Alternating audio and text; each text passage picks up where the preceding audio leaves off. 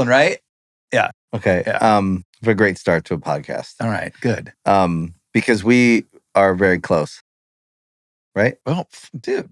I mean, are we? Would you say we're best friends, or we're in best friends category? Yeah, but we sort of operate differently though, because we don't have to like text all day, or even if you don't see me for 6 months, dude. I'm like Pawtuxy Phil, like the fucking like you reach in and you pull me out of my lair. If you see your shadow, then we're friends. Yeah.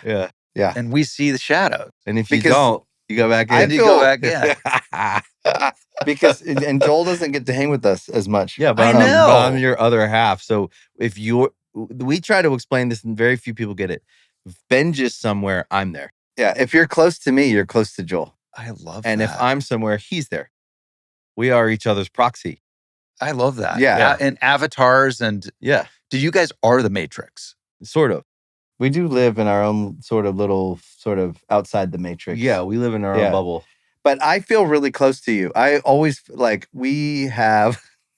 I do. I feel really close to you. I'm getting all warm and I do. And but I really love you. But I love you because I don't have to be any different. I can go. I'm gonna say go dark. I don't go dark, but I retreat. Sometimes I retreat back to my little world, and you don't hear from me. I don't come out. You don't hear. And I think that's me. Yeah, I'm the one. I feel like, oh Jesus, I haven't reached out to anybody. I'm like, because I just like hermit out because you're a fake extrovert. That's right. You're an introvert that has your job, right? And whatever you're doing, you have to be an extrovert. That's right. And you're a gentleman at all costs. It's one thing I love about you. Yeah, at all costs. A gentleman at all costs. Ooh, that's a good title. Yeah, gentleman at all costs for sure. Gentleman at all costs. Despite. Ooh, I'm gonna use that. Despite the world, I am a gentleman. That's the title for this episode, anyway. Yeah, gentleman at all costs. Absolutely. And I was telling Joel, Rob has taught me all about gentleman stuff, about gentlemanly things. Tell me, okay. Yeah, give us a list. Give us a short list. Okay. So this is stuff that you feel I've taught you about gentleman stuff. Gentlemanly things. The ways more articulate. Would you say it's the ways of a gentleman? The ways of a gentleman. Okay. Yeah, because you're sort of a statesman. Yeah, you're classy, but you're not. You got class. My time with you that I get to spend with you, and we spend. I think we get a lot of very. We really connect. Yeah, for sure. So, one wasn't I had dreams of sort of these aspects of life, but I didn't have sort of like a model, a Sherpa, because it's intimidating. You can't just start playing. You can start playing golf. For everyone out there, you can start playing golf, but it's intimidating if you don't know your way around the. Yeah, it is. It actually is. You go to a country club and you're like, God damn, I do not belong here. Yeah, and if someone tells me, if someone rubs me the wrong way, I'm out. I'm just gonna be like, peace. Gone. Yeah. So tuck your shirt in. Yeah. I will tuck my shirt in, but don't say it like. That's kind of the way they say it sometimes. It's kind of like, oh, hey man, just to let you know, there's a rule. It's kind of a thing, and I'll, oh, dude, of course, yeah, right. But I need to be kind of like, I also have a little bit, I think, chip on your shoulder. Chip on my shoulder. Where I think music kids are like low self-esteem kids. So same with actors. Yeah. So you kind of need to be. We get really quickly like, well, whatever. Fuck you. I'm out. I don't need to be here. So when you have like a great, like guide to be like, let me show you about cigars. And you're kind of like, well, I've always loved the smell of cigars. I've had a few cigars, but they were probably not great, They're good now though.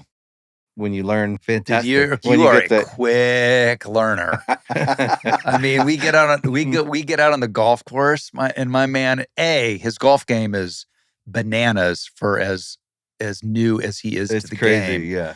And I'm passionate. And the cigar game. I'm a great one.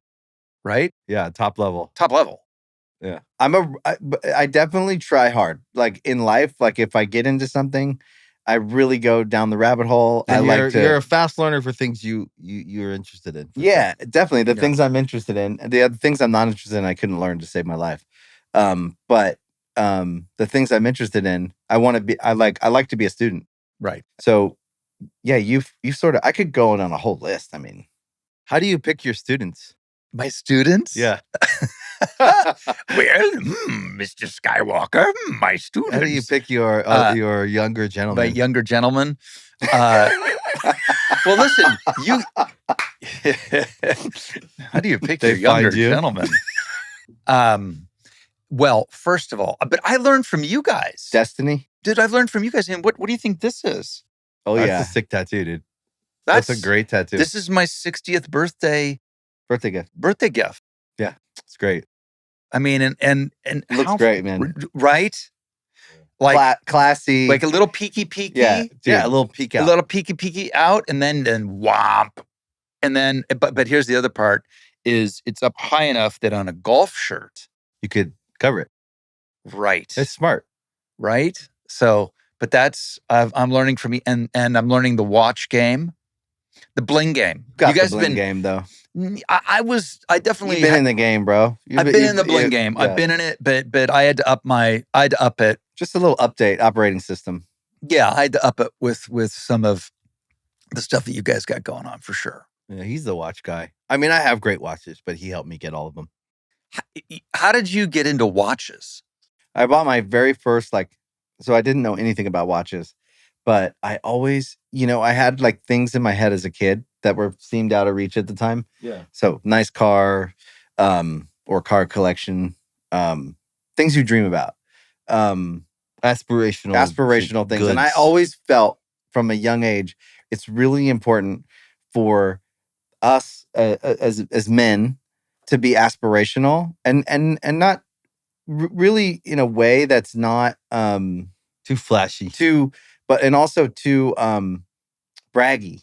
Mm-hmm. Yeah, not too braggadocious. So why did I start immediately, get a diamond chain or wanted to buy a nice watch? And you go into these different worlds and you don't know anything about it, and you just got to kind of find your way and go down the rabbit hole. But I always felt like it was really important to be aspirational, because when I was just getting by or surviving and working jobs, whatever, and a guy would come in wearing a really nice watch or in a beautiful car or something, you would look at it and you would be like, wow, that's awesome. Right. I one day, I'm gonna keep working, I'm gonna work hard, and it was like, and that's obviously not what life's all about, but like, it's aspirational. But see, here's what's interesting, what you just said, because I totally relate, which goes back to why we're friends, is you look at that, you come from, you guys are from Maryland. Yeah. You guys grew up completely working class. Mm-hmm. Yep. And no connections to fuck all. Anywhere.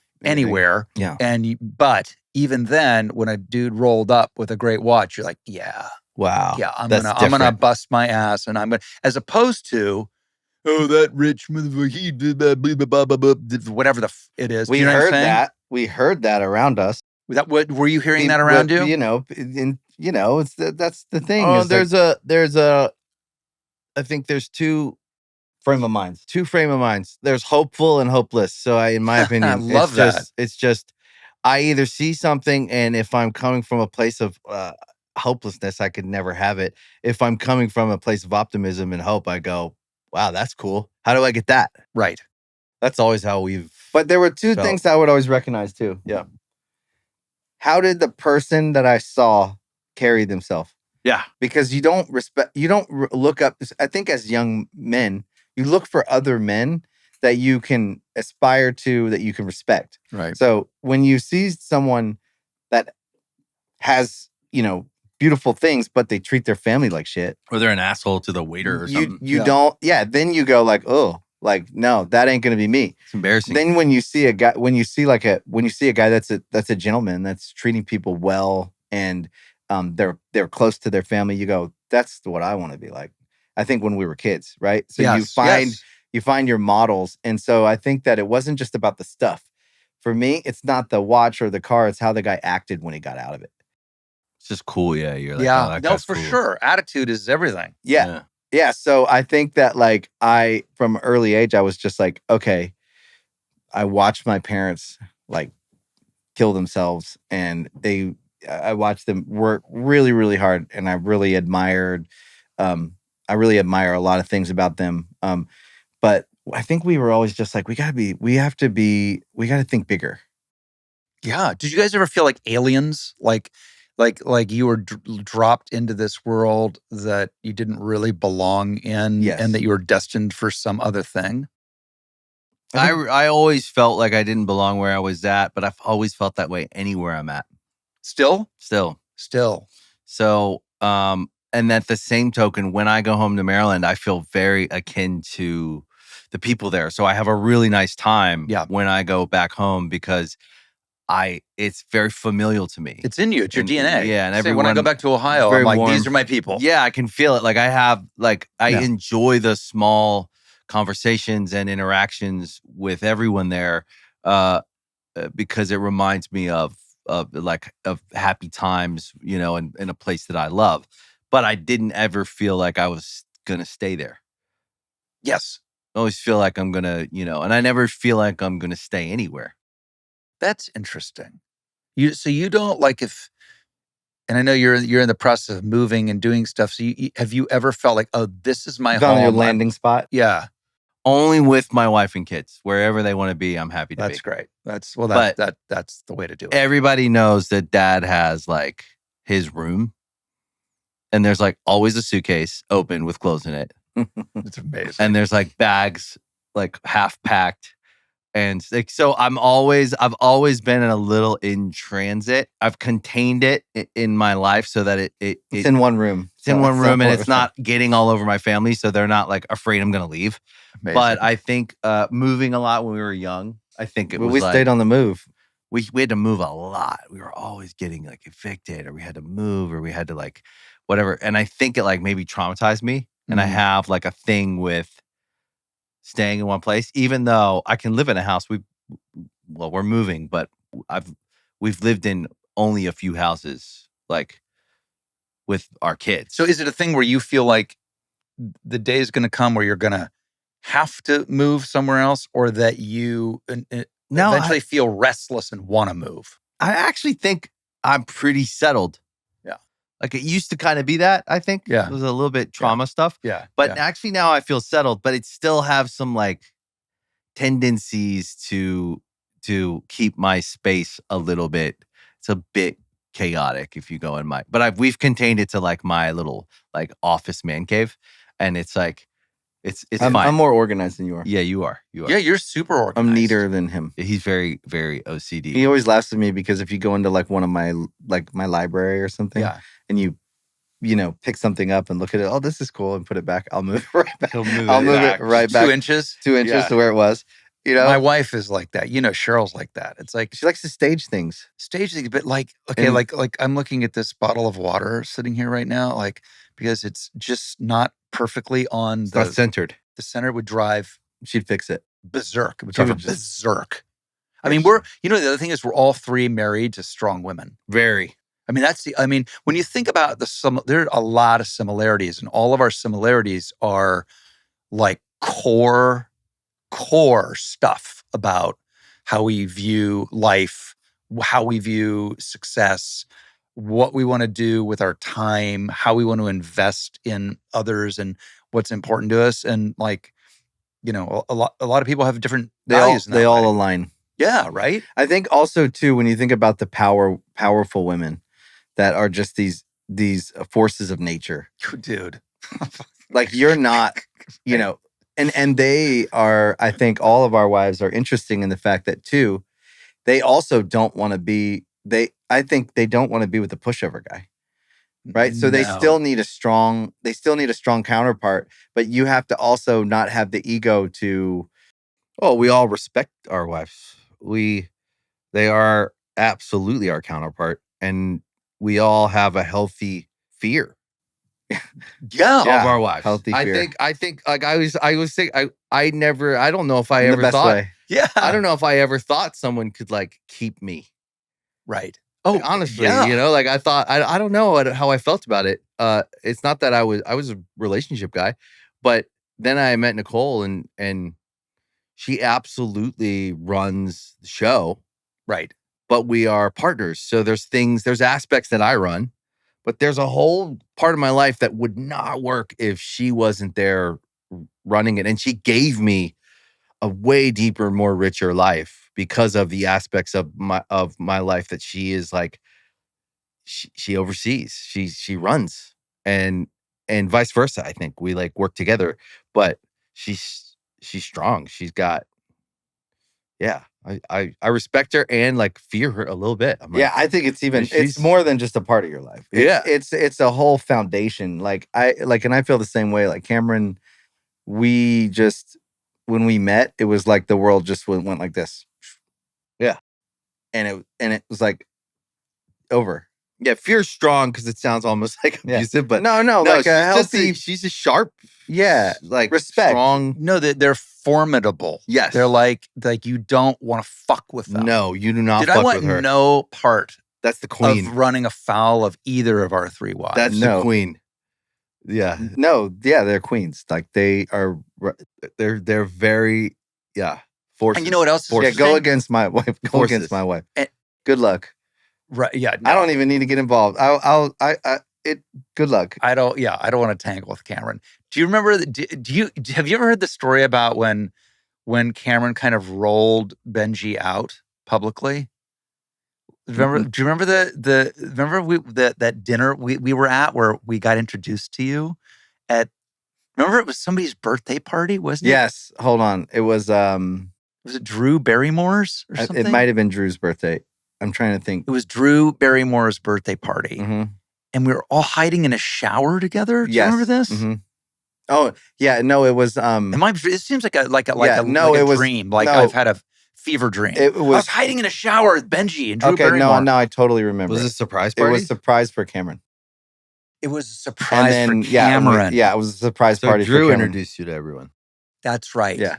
So Drew... But so it was a surprise for Cameron, but it was also, the whole thing was sort of a ruse with the friends to like have you meet the friends. All the friends. Right? All the friends, yeah.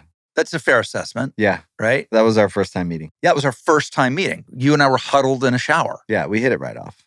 I mean, when you're in a shower with another dude. Yeah, we hit it right off. We hit it right off. And ever since then, have we, it's been exactly the same. Yeah. First conversation to now.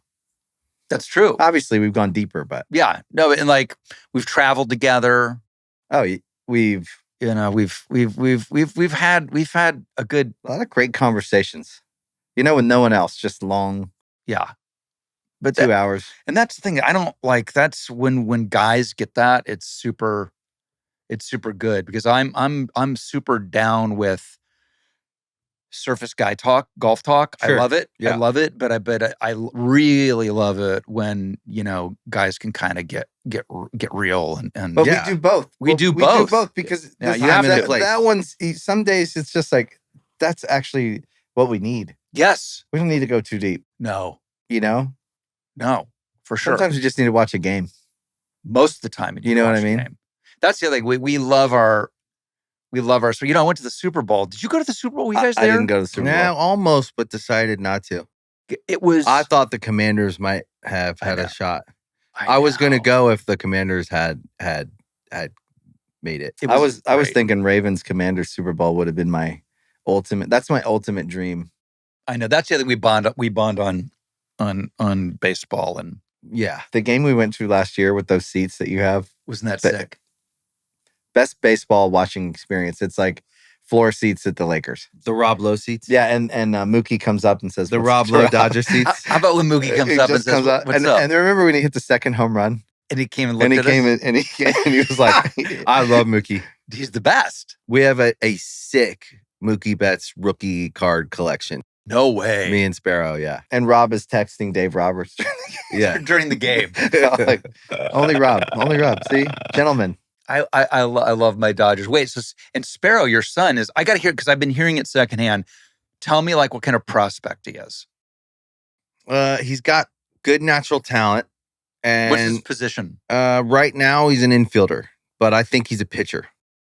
Wow. Really? He's a good pitcher, but he's just got to grow. He's 15, but he's just got to put size on. He's, you know how it is. Like some kids grow faster than others, but he's great. and good kid. Amazing. He's got character. Yeah, he's cool, dude.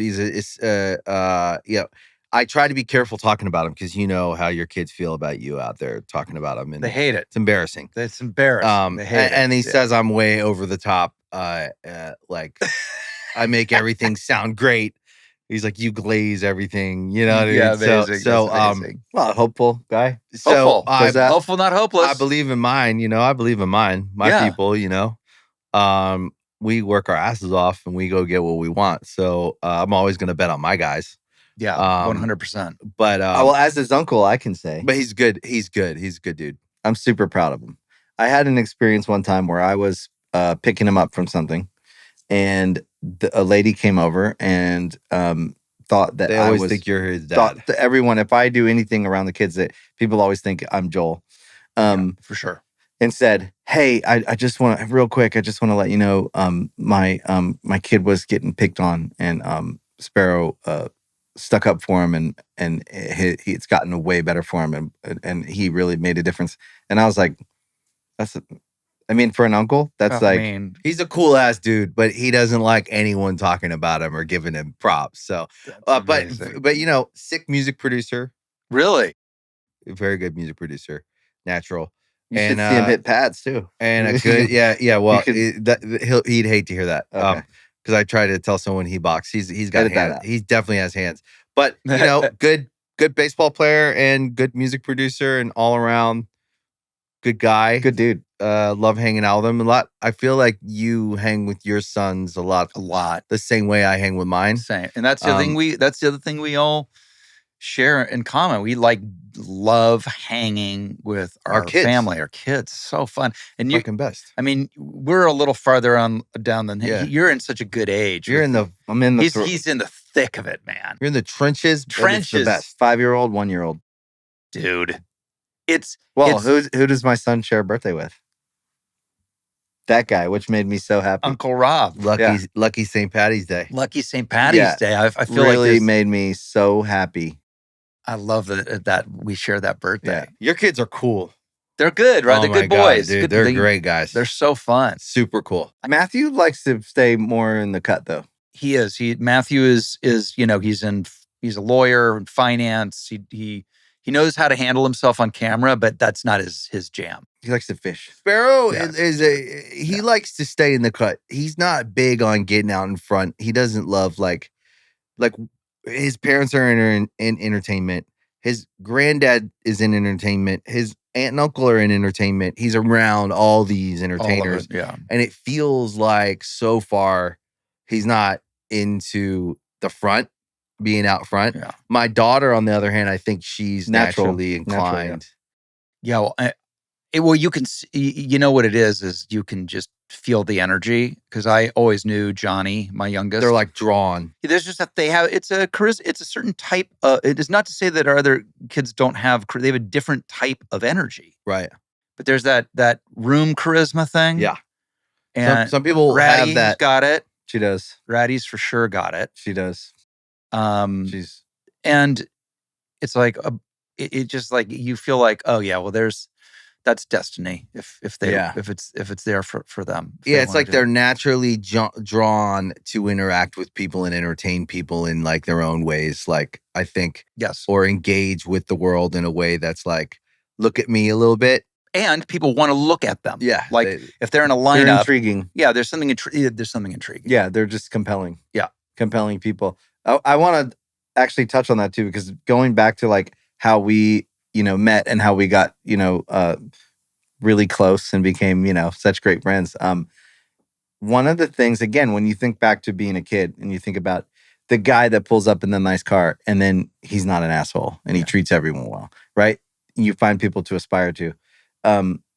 How close you are and the way your sons talk about you when you're not there, and then when you getting to be in the room with you guys and getting to see how you respect your sons. Like you guys have one of the most, like for me, when I think about what kind of relationship I want to have with my kids when they grow up, you guys are not sitting around shaming each other, judging each other, getting after each other. Like you guys talk like almost like peers, but they also respect and look up to you at the same cool time. As shit. It's really cool unique. It's really unique, and I think it's really evolved. Like I think it has to come from a place where you actually have respected your kids from the day they were born. Like you can tell they're both like so confident in individuals. What do you think that is?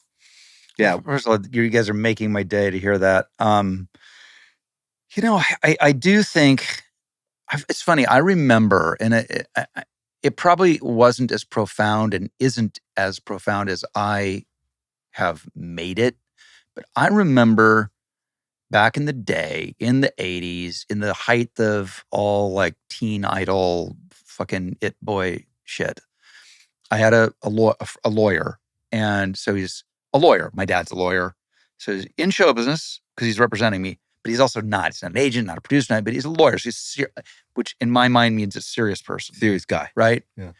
And he was always with his kids, always going to games, always about his kids. You go into his office, there'd be things about his kids. He would talk about his kids.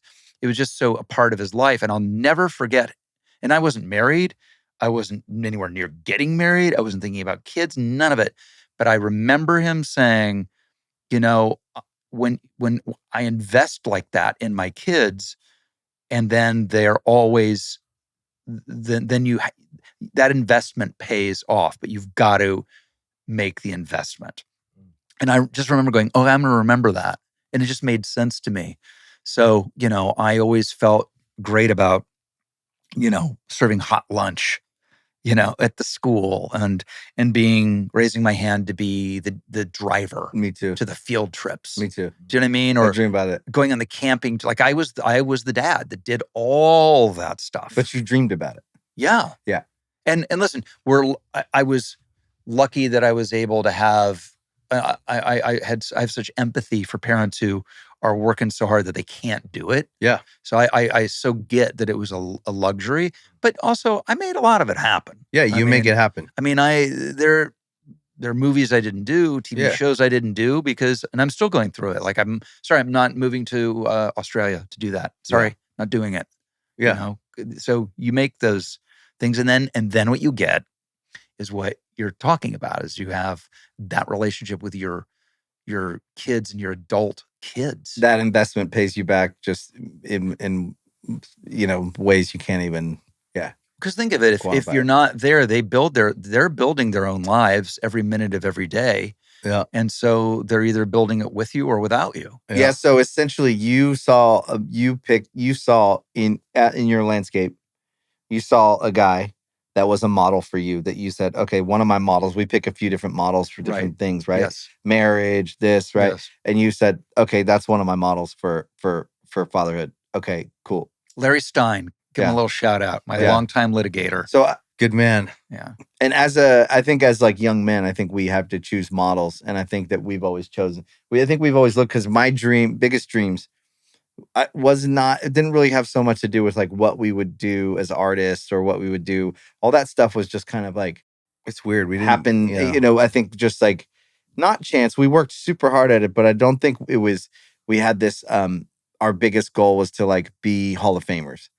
I think definitely the dreams we always talked about was having families and having peaceful homes that are just, you go home and like you're with the same, happy. And when you're like old, you know, and sitting on the porch, you're still with your wife and you have that thing that just it's just cool. Love stability. Yeah.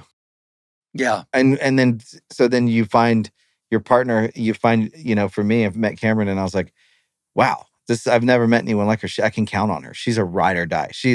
When you say ride or die, that's it. Nicole's the same way. Yeah. You just go, you just kind of know something clicks inside of you. Say, you would go to hell and back with me. You're a ride or die. Like, and I think like that's the only kind of person you can build a lifetime with. By the way, because shit's gonna, you know. And when you have something that is so true like that, you kind of feel like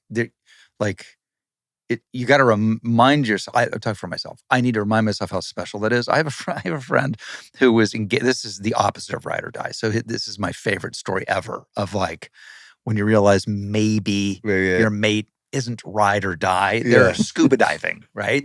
This is the best story. It's absolutely true story. Okay. By the way, this is my buddy who he and I would scuba dive all the time together, and he goes down with his then fiance, and he runs out of oxygen. He looks like he looks at his gauge, and he's like, I'm out, and he pulls her fin, and goes, and she looks at him and swims off. And now that to me, then what did he do? He finally had to, and she was like, and then, but you know what I mean? But the first reaction wasn't help him. No, but like you got to make sure that you have the real deal, and no doubt, no doubt. Like, oh yeah, when I think about if I'm in a situation in life where I'm stuck, in some bad situation, first call would be the one person I want to be with her, no doubt. Actually, she's my first call too. When I was still single and like fucking juggling like no other, yeah. And Sheryl was kind of in the starting lineup, but like, we were still trying to figure it out. And somebody said to me, he said, "Do you realize she would literally stand in front of a train for you?" And I went, yeah. Fuck yeah. Yes, she would. And and she's a boss. And she's a boss. And I was like, oh yeah. Because not everybody's standing in front of a train for everybody else. Nah, man, come on.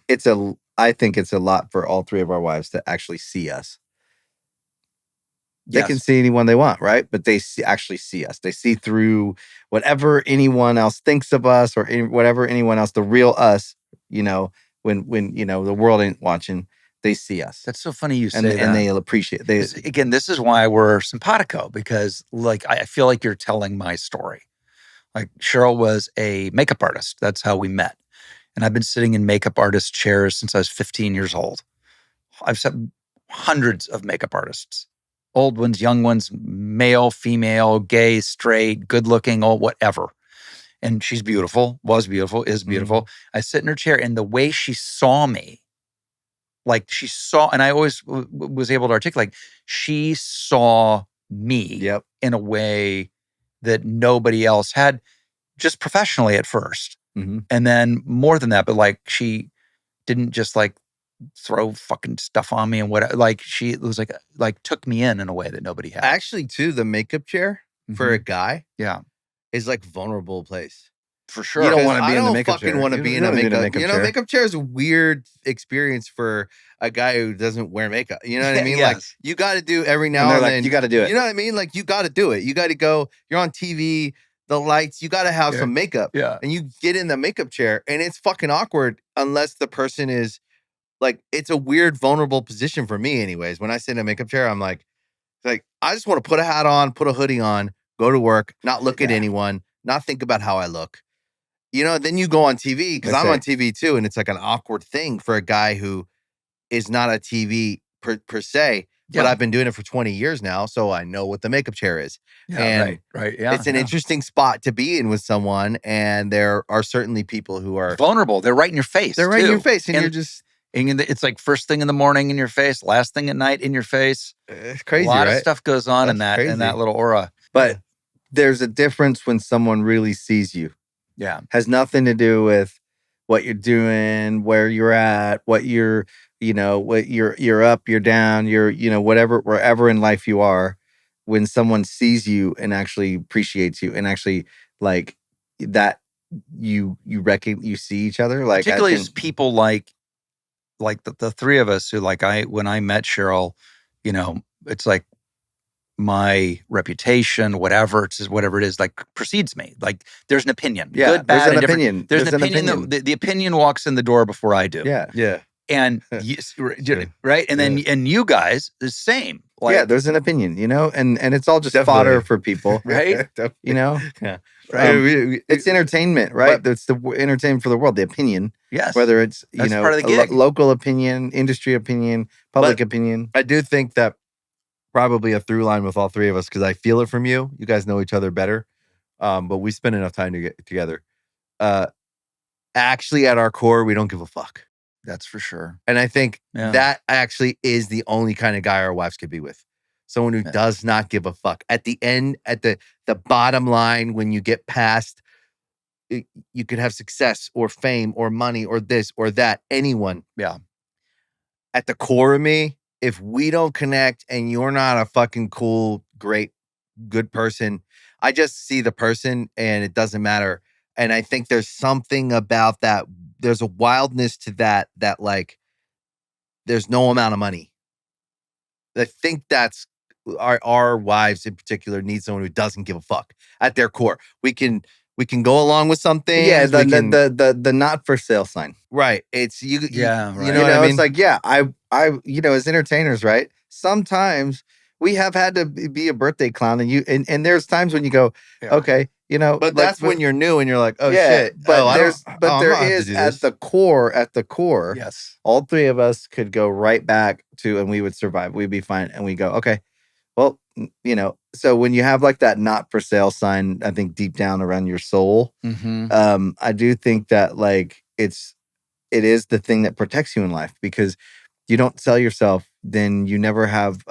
But I think that strong women need that. They need men who don't give a fuck at their core, but they can go in the world, cooperate. They can move through life. They can be a gentleman. But yeah, exactly.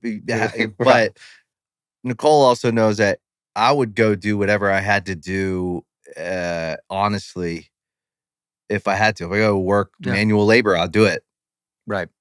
I don't give a fuck what anyone thinks of me. I don't care about if people perceive me to be more successful than I am or more this than I am or whatever. At the end of the day, I just try to be the best I can be.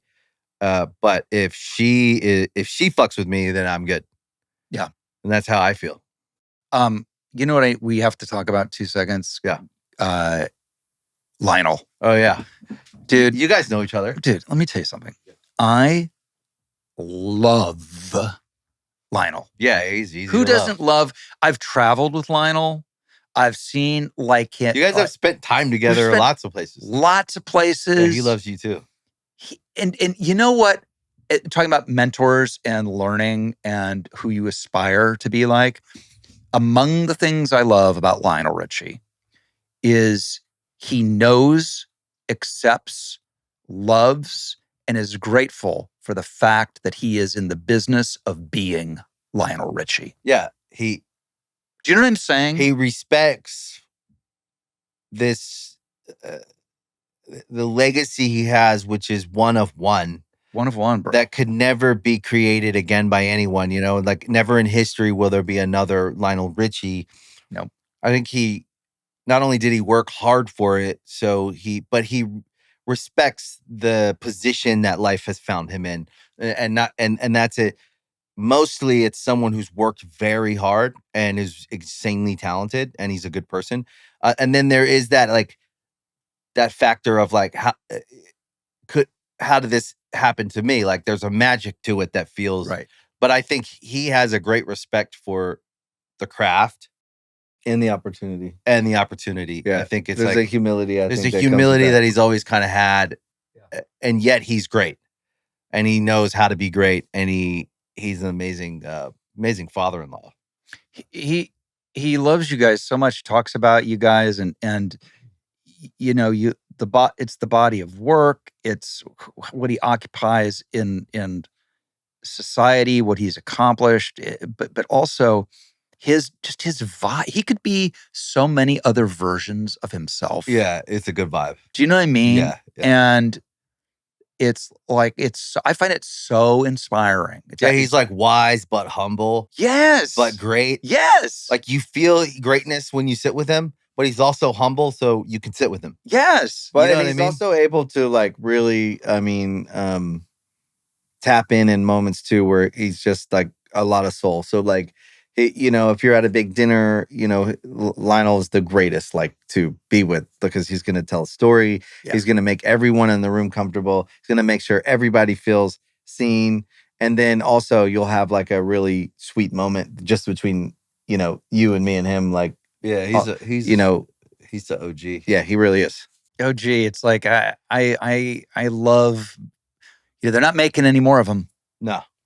Do you know what I mean? And to be able to have him in my life in the little way that I do, and it's been such a gift. Pretty special. Right? And because listen, we all need to, particularly as we get older, I want to go, hey, so how do you like occupy that space for people for like, I'm not the, he's the older guy in the room now. He's not the young guy in the room. And how do you dispense wisdom? Do you dispense wisdom? How do you own it? Like watching him literally actually walk down the street with people is amazing. Yeah. It's amazing. Yeah. It's a clinic. It's a clinic. Here's how you do it. Clinic. Here's how you do it. Right? Yeah. I mean, and you go to a restaurant. It's amazing. That's how you live your life in the public eye as a living legend. That's how you do it. I have a just a deep reverence for his his name and his legacy. And I feel like being in and around it now for 20 years. Wow, 20 years already. Jesus. Almost 20, probably 19. I feel like I'm extremely fortunate to have such a close relationship with him. And we talk usually late at night because he's a night owl. Yes. So we talk, we'll talk sometimes 11 p.m., 12 a.m. We always call each other out of the blue. Or he'll see I called him at like 1 p.m. and he'll call me at 11. And Lionel time. Yeah, Lionel time. And we have very deep, meaningful, and light catch-up conversations. What's up with the kids? What's up with Nicole? But he's truly been like my guy for my entire relationship with Nicole. He loves her very dearly. He's always concerned. He told me that he's the Nicole whisperer. Yeah, he is.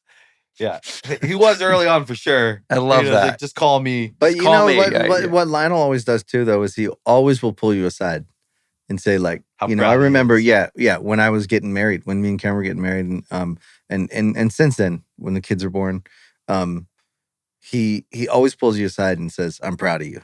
Yeah. If you ever need anything." Yeah, he's a real dad like that. And another thing, this is Lionel, right? He's a guy's guy. Yeah, we had a family dinner, and all of us were together, and it was both of our me and Cameron's fathers have passed away, so the kids don't have a grandfather here, and he pulled me aside and was like, "Hey, I just want you to know, I know neither one of your dads is around. The kids always got me." Amazing. I mean, amazing. Like that's Lionel though. We call him Pop because he's living it. He's Pop. But it's incredibly special to know the man, as you know, but then to look at his legacy as for the accomplishment, and it's beyond accomplishment. It's something that's like a part of Americana. It's a part of our musical. It's just so big, and how deep it goes and how far back it goes. It's foundational, and what he actually means to music. Right. And then what he means as a man. It's incredible. And I would say it makes sense that you two are friends because your legacy's incredible as well. Wow. You're extremely humble and easy to hang out with. But when you look at your career and look at how hard it is to navigate a career, let alone any career. Any career. Pick a tough career. Pick doctor, pick astronaut, pick any pilot, whatever. Sustainability is hard no matter where. Sustainability is hard no matter what. Yeah. Reputation is hard no matter what, especially in entertainment. You're going to hurt people's feelings by not doing their movie or their TV show. You're going to this, you're going to that. To sustain a reputation and a way with people in an industry built to destroy people and chew them up and spit them out. Yeah. And that's the model. Well, what's the most dangerous job you can have in the world? It ain't NASCAR or Formula One driving. It's being an entertainer. And more specifically, how many people have you seen die in this field? In music, same thing. It's like, so to live to build a treacherous life. It could be treacherous if you don't navigate it with real serious respect, right, for what it is. So to have your career and your body of work, and then that alone is an accomplishment. But then to do it and get to keep your family, have a good reputation and name in the world and standing in the world and interaction with the world, and do it in a way that looks classy, and like to do it like that. To me, that's the accomplishment. Because we see the train wrecks. People love watching the train wrecks. I don't love watching the train wrecks. And I know those real people going through real shit because it's fucking hard. Right. And so we all go, oh, because we all know it's like the human empathy thing is when we see someone fall, we all flinch because we know it hurts. And that's empathy. Like, we don't want to fall. Right. And so watching people navigate entertainment specifically and the fame thing and this thing, and then do it with their family intact, right, is to me the biggest accomplishment. And that was my goal. Was I want to have a family more than I want to have anything else. So I'll trade if I have to. Right. For sure. Oh yeah, 100%. And then what I found, if you work together, me and my wife work together, we don't actually have to trade. We have to scale some things back. We have to make decisions like, can't do that. I can't be away from them for 6 months, or she can't. But we can work together to try to have the balance that we have and keep trying to get it better.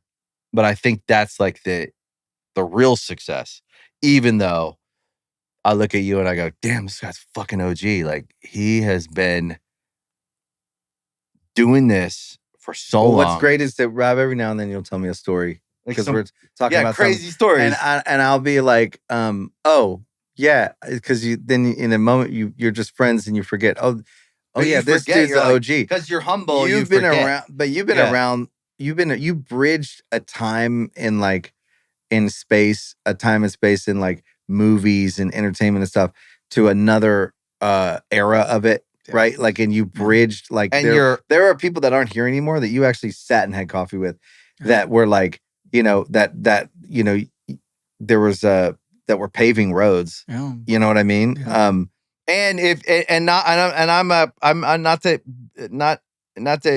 a private person, so I would never divulge, but to be at your birthday party, that was sick, right? The room is so crazy. It was fun, right? It was amazing. It was amazing. Really, but it's a room full of other people who have accomplished incredible things coming to celebrate you, because you guys all have been around and you've seen it all, and you stood through all these different things and have success. And think about having success in every decade.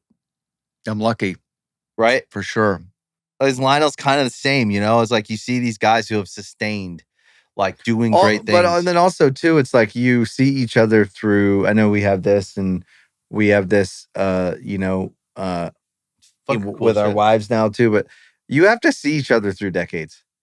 Like, we're evolving people. Like, we're not going to make any mistakes. We're not going to go through something where we're growing and we're trying to figure something out, or whatever. And like, it really does take. Can we talk about the grinder? I would talk about the grinder every minute if I could. I think that's one of the things. Maybe that's where we really hit it off, because the grinder. That was one of my favorite. It's all time. You guys even know the grinder, remember the grinder, and like it as much as you did. I was like, wow. Okay, it's a classic. Watched it cover to cover at least 3 times. Amazing. At least 3 times, dude. It's a go-to. Big like, it's miss. Still a go-to. Big miss on like not. No. All it was early. It was ahead of its time I just wanted another season. Me too. I just wanted one more season. Me too. Think about the early days of platform-based, content. We would have been. We were just early. So it was early, but it was one of my favorite. Oh my God. You turned me onto it. Yeah. How did you find it? He turned me onto it. I am a real consumer of TV and film, and I love comedy. So, and I've always loved your comedy. You play even the name. You and Nicole are similar. You guys are very smart about. Got she's a great low-key genius. Yeah, like straight woman, straight man, like low-key funny. It's very funny, and you play a character almost like people like people think she is, so she plays this great character of what people think she's supposed to be. Like the character of you that's been written by like a tabloid. Right. Yes, It's like the lowest denominator of like a person's thought of like who she is. Right. She plays it so well. Right. And it's this incredibly like genius character. And it's similar to she was on a show called Great News. Okay. It's on Netflix. You should watch it. Okay. It's hilarious. All right. It was just too early. Mm. It was early days of platform Netflix, this, that. So, or hers was on NBC or whatever. But either way, it was just too early. Yeah. And if it came out today, it would do really, really well. Yeah, The Grinder would be more accepted today. It's my favorite comedy I've ever been in. It's one of my favorites. I look back, like, whenever I come across it, I can't believe we got away with what we got away with. Yeah. Like, the storylines that we did, I cannot, I mean, they talk about biting the hand that feeds you. We ripped the hand off that fed us. Yeah. It was hilarious. And annihilated network television and actors and Hollywood. And did you have fun with the crew on that show? Oh my God, we laughed. I bet you guys laugh all the time. We would. Would you have to reshoot stuff because everyone was laughing? Oh, all the time. Yeah. I could imagine.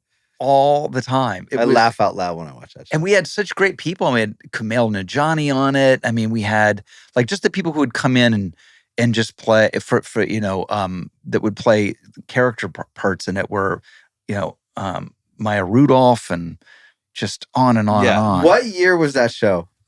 I want to say it was 2015. It was like either 14 or 15. It was 10 years ago. At least 10 years ago. Yeah, at least 10 years ago. Yeah. Yeah, I think it was a little bit earlier. It might have been. I think it was 2014 that it came out. I think, and I'm trying to think of if people are listening and haven't seen it. I think it's on like iTunes or you can buy it. You can find it somewhere. You can find it somewhere. Yeah. Right. Where was it originally? Fox. Okay. And it was on network. It was a network show, dude. It wasn't even on a streaming platform. Dude, I'm telling you, if it wasn't God, now dude, if it was on I'm telling you, if it was on platform now, if it came out on Netflix or on Hulu, Paramount, or on one of these, or whatever, it would crush. It's just.